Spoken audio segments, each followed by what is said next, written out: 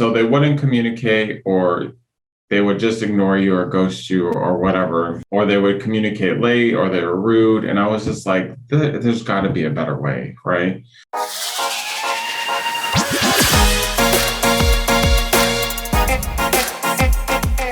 Hello and welcome to episode 48 of the Smart Agents Podcast. My name is Michael Walter and I'll be your host. In today's episode, we're joined by Kansas City broker Charles Gilbert. Building his own real estate business was never the plan for Charles, who began flipping homes several years ago. Poor communication from the buyer's agents led him to pursue his own real estate license, and he hasn't looked back. During our conversation, we talk about how even in today's hot market, he is still getting buyers into homes for well under other offers, and how his business has been shaped by his previous experience as a home flipper. Now, before we get into the day's featured interview, make sure to follow and subscribe to the show on whatever platform you listen to podcasts. You can find us on all major podcasting platforms from Apple Podcasts, Google Podcasts, Spotify, and the list goes on. Also, as you can see if you're watching this on YouTube, make sure to subscribe to the Smart Agents YouTube channel. Click the bell to get notifications when each new episode is uploaded. And lastly, if you or somebody else on your team has an awesome story or a tip to share with our community, send us a message at feedback@smartagents.com. We're always on the lookout for new stories to share. All right, on to the day's featured interview with Charles Gilbert. The way I like to start everything out is if you could just tell me a little bit about yourself, where you're at in the country and how long you've been in real estate. All right. Well, my name is Charles Gilbert. I'm in Kansas City, the heartland of the country, right smack dab in the middle. Right. It's definitely unique here because you have to have two licenses basically because we're right on the border. So you have to have Kansas or Missouri. Otherwise, you lose like half your business. And the market was definitely a little bit slower when I first got here 4 years ago, especially coming from Colorado, where Colorado was a crazy hot market.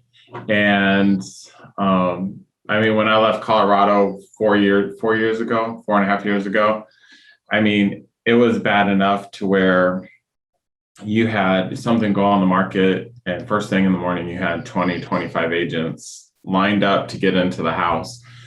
And now in Colorado, I mean, it's even worse. Like for Colorado Springs, the entire city, just that city has 75 listings active at one time, which is insane. For their entire metro, it's like 372. So they just don't have any inventory, and they're doing weird things out there to where somebody buys your house, but you're guaranteeing that you're going to lease back to those people for 2 months until they can find a house. And like real estate's getting definitely very tricky out there. I mean, we're headed that way, but we're still about 4 years behind. We're just now where Colorado was at when I left Colorado.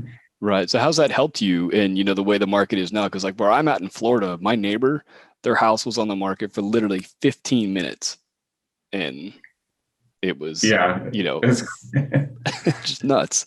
It is. It's crazy. A lot of people out here are holding the houses for a couple of days so people can get in because agents are getting upset saying it's not fair. They didn't get to get their clients in, so then unfortunately, when you run into that, then you've got people paying $30,000, $40,000, $50,000, $60,000 over asking. They're waiving inspections. They're waiving appraisal gaps. They're coming to the table, guaranteeing they're coming to the table extra money. So with that, I definitely have an advantage over most agents here because I came from this market, right? And all my buyers I've been getting under contract. And so my agents come to me and they're like, what are you doing? How are you getting your clients under contract? I mean, because I'm even getting clients under 150,000 under contract. And a lot of it has to do with the communication with the other agents, right? So you call, you communicate, you're like, hey, what is going to be most beneficial for your client? What's going to help me in this situation? And having that conversation, letting them know you're going to submit an offer. Some agents will just submit an offer over and just be like, not even check to see if you receive their offer. They just send it over and it's like, what are you doing? This is a relationship business. Come on. And so all those little things definitely help. I mean, I had one client, we submitted an offer. Actually, I have several times that we're not the highest offer and we still win the bid. But one specific, I called them and I said, hey, what's your client looking for? And they're like, we want conventional, no closing costs, this, and that, and this closing date. Well, we gave them all that. We were $25,000 over asking, but somebody was 40. And one, our price was a little more realistic because we thought it was going to appraise for that cost, right? And the other offer didn't listen, or they didn't ask. They gave an FHA loan. They asked for closing costs. And so he called us and he goes, you guys gave us everything we want, even though this one was a little more expensive. We're going with you guys. Right.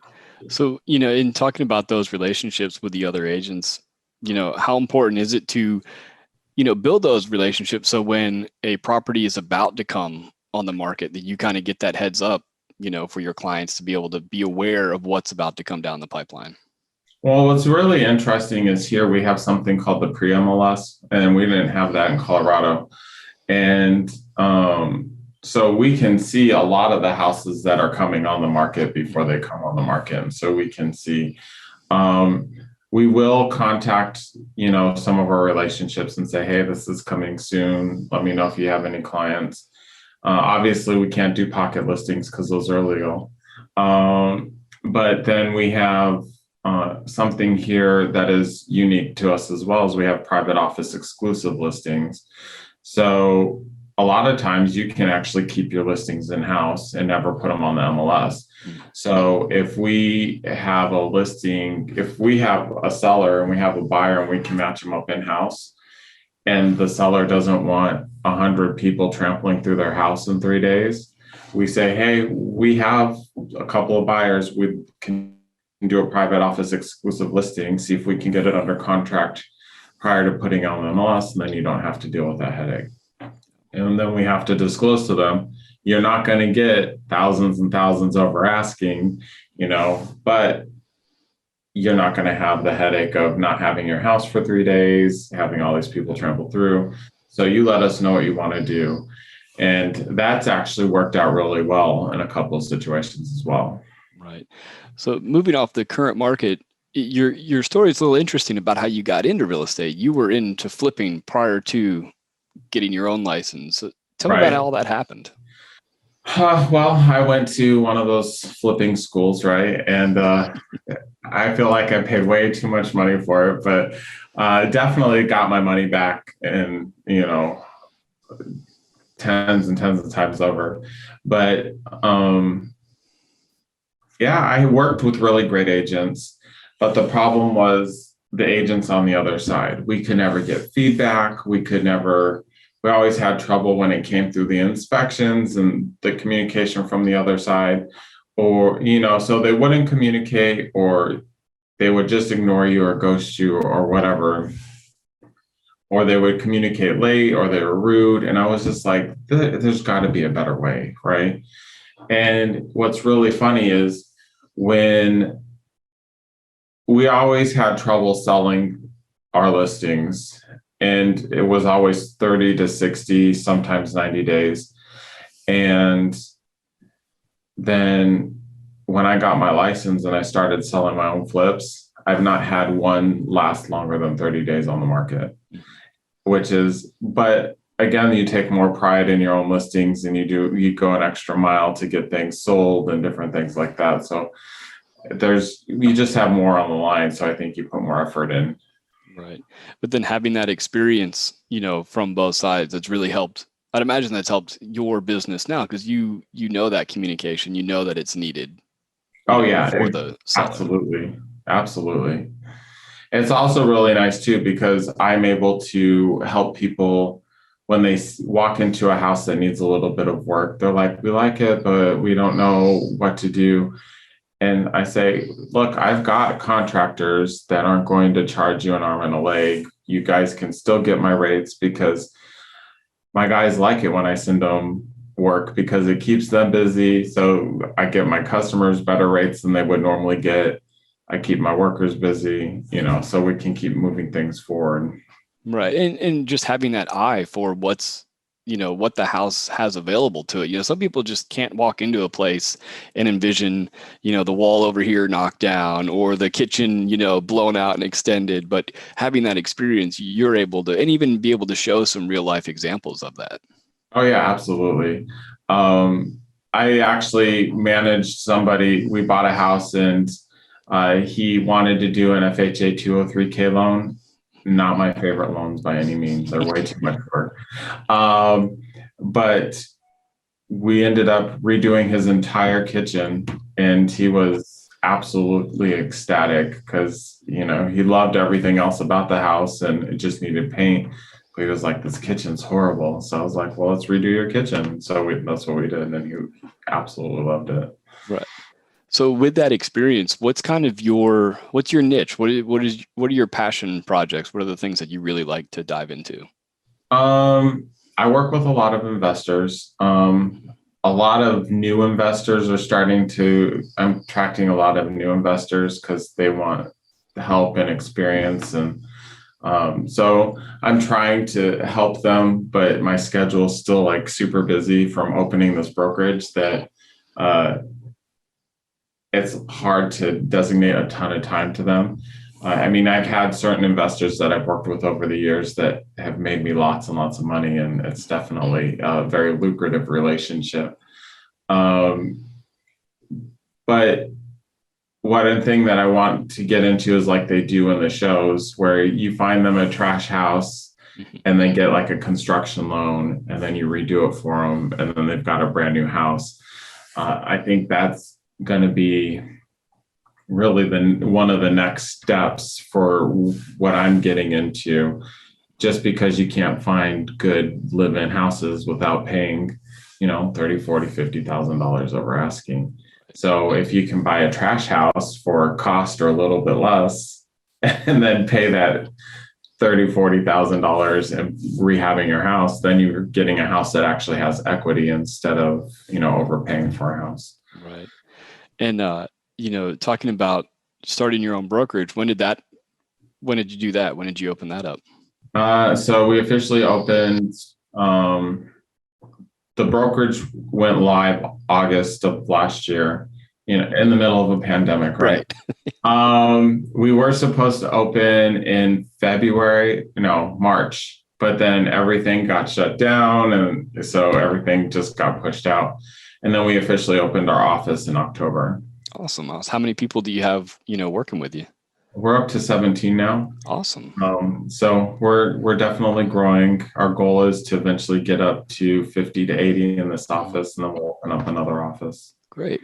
And having all those people with the different backgrounds and the ability to do the different things is going to help you have that time to do those. Right. Exactly. Great. I had to bring on 3 showing agents just recently because, I love showing houses, but that's also one of your biggest time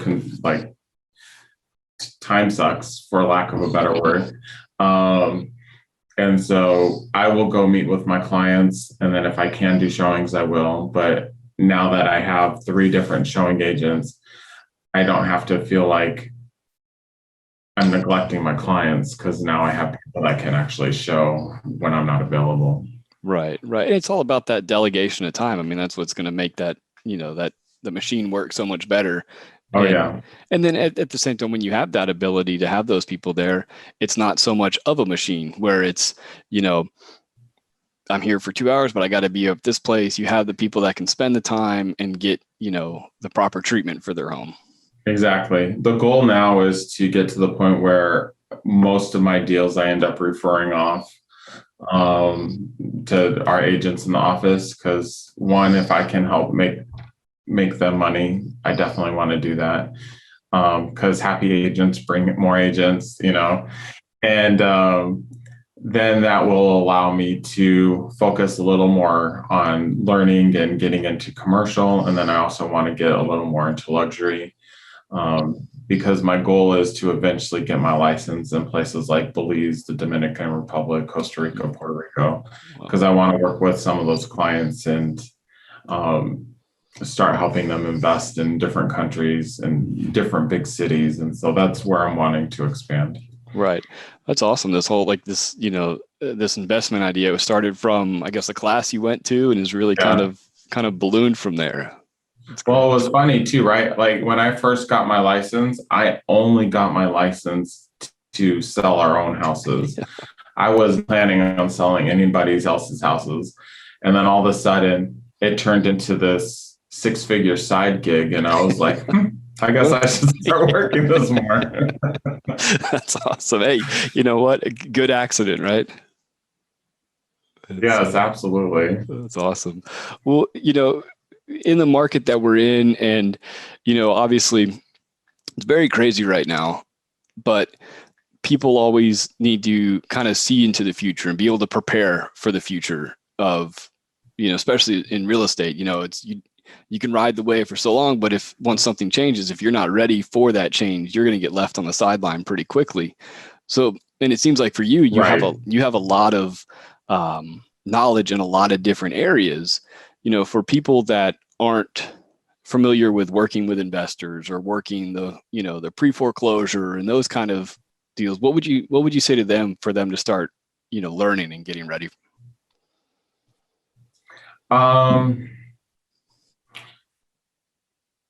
Well, definitely make some partnerships with some people that deal with short sales. I mean, because that's going to be the first big thing if you want to have success. I work with a great guy who does short sales, and he can do short sales in 30 to 60 days. So it doesn't drag on. It doesn't bring into a lot of, because some short sales can last 6 months because the banks drag their feet. But then during that 6 months, they keep adding on fees and lawyer fees and, all these different things. So if you can get a great short salesperson that can speed the process along, you're doing your client a favor. And that's also going to help you get those listings. Pre-foreclosures, if you can get a list of pre-foreclosures, the best thing to do is to get back to door knocking and go at them with more of a servant's heart instead of I want your business, and just say, how can I help you? Because those people that are in that situation, they're going to need help. And in this market, we can definitely help them and hopefully get them out of their situation with money in their pocket instead of having to bring money to the table or doing a short sale where it hurts their credit. And, a lot of these things, a lot of it just comes down to the communication. And with your experience in there, whether it's communicating with the homeowners, but then also these relationships that you're building, a lot of it is it's just like you said, not disappearing, not ghosting on people, right. Like really helping people out. Absolutely. Yeah. You have to be responsive. And, there are times and there are clients that they call and I'm like, oh, well, I don't want to talk to them, but you pick up your phone and you talk to them. There's times where you might need a beat, let it go to voicemail and call them 5 minutes later. Right. But don't just completely ignore them and make them feel like, you don't make them feel like you want to talk to them, even if you don't. And like I said, one of my investors that I worked with, he was, a great guy, but he could be very cantankerous. And a lot of people did not like working with him. And I had zero issues with him. There were times, though, that I didn't want to talk to him because I knew as soon as we got on the phone, it was going to be a 45-minute conversation. And I was like, I don't have time for this. So, but it's that communication. And sometimes when people, as realtors, we wear a bunch of different hats. We were therapists, counselor, whatever it is, negotiator, whatever it is for that moment. It's definitely what we are, and we have to do that to get the deals done. Right. And, and coming for those sellers that are in that situation that, are either in the pre-foreclosure or the short sale situation, life is kind of crazy. Someday, 5 years down the road, who knows what the situation for them is, where they might be looking to buy, and like, things can turn around pretty quickly for people. And if you're the one that has helped them out and taken care of them, they might be coming to you later on to either purchase a new home or sell something else that they've gotten along the way. Absolutely. But I'm glad you brought that up, because follow up with people is so key in this business. You have to, have those touch points with those people. You can't just, have this great experience with them and then hope that they remember you 5 years down the road if you don't have touch points with them, because they're not going to remember you. Unfortunately, we work really hard, but we're easily forgotten. Case in point, I have actual friends that have not used me, and they're like, "Oh my God, I forgot you're a realtor." And I'm like, "Seriously?" And so you always have to, and that's like the biggest punch in the gut, right? Like your friend's like, "Look at my new house." And you're like, "Right here." When did you get a house? Right. Tell me it's in another state, one I couldn't help you with. Right. And, but yeah, it happens, more often than not, out of sight, out of mind. And it's a big bummer when it happens, but it really makes you be like, okay, I need to keep in touch with people. Right. Well, it just goes back, how many times you like for myself, my wife and I we'll talk to, my son's in baseball, we'll meet a couple, and they're like, my wife later on that afternoon, what was his dad's name? I have no idea. I know, we've been introduced. I have no clue. And it's just, it happens. But so what are you doing, when it comes to those touch points and keeping yourself out there in the community as the person for people to get in contact with? We have a lot of social media that we've built up. I've been so busy that my personal social media has definitely lacked. And I feel really bad about it. And so I'm trying to get back into the groove. I'm trying to get back into time blocking, so I have specific time for that stuff. But as far as like business social media, we have all of that automated now. And my business partner does all of that as well and works on all that. So we have that to reach out into the community. And then when I'm not doing things on social media, obviously social media is a great touch point for your sphere of influence and even your loose sphere of influence. And then with my past clients and stuff, I will make phone calls, check up how they're doing, see how they're like, if they're doing projects, how their projects are going. And like, I have one family that's pretty amazing. I found them a house and they're ecstatic about it, because the house that they described to me, they wanted a mid-century modern house. That is not what they bought at all. And they absolutely love their house. And so every time they do a new project, they send me pictures, and it's awesome because I get to keep in touch with them and see how the things are doing. And I tease them. I'm like, "You ready to sell now?" And they're like, no. Well, that's awesome. Well, I really appreciate you taking the time to talk to me this morning. And, it sounds like everything's going great, and I can't wait to catch back up with you later on when, maybe hopefully one day I'll be buying a place in Costa Rica from you. There you go. That would be awesome. I love that. Yeah. That's when you mentioned that's my spot. That's where I want to end up.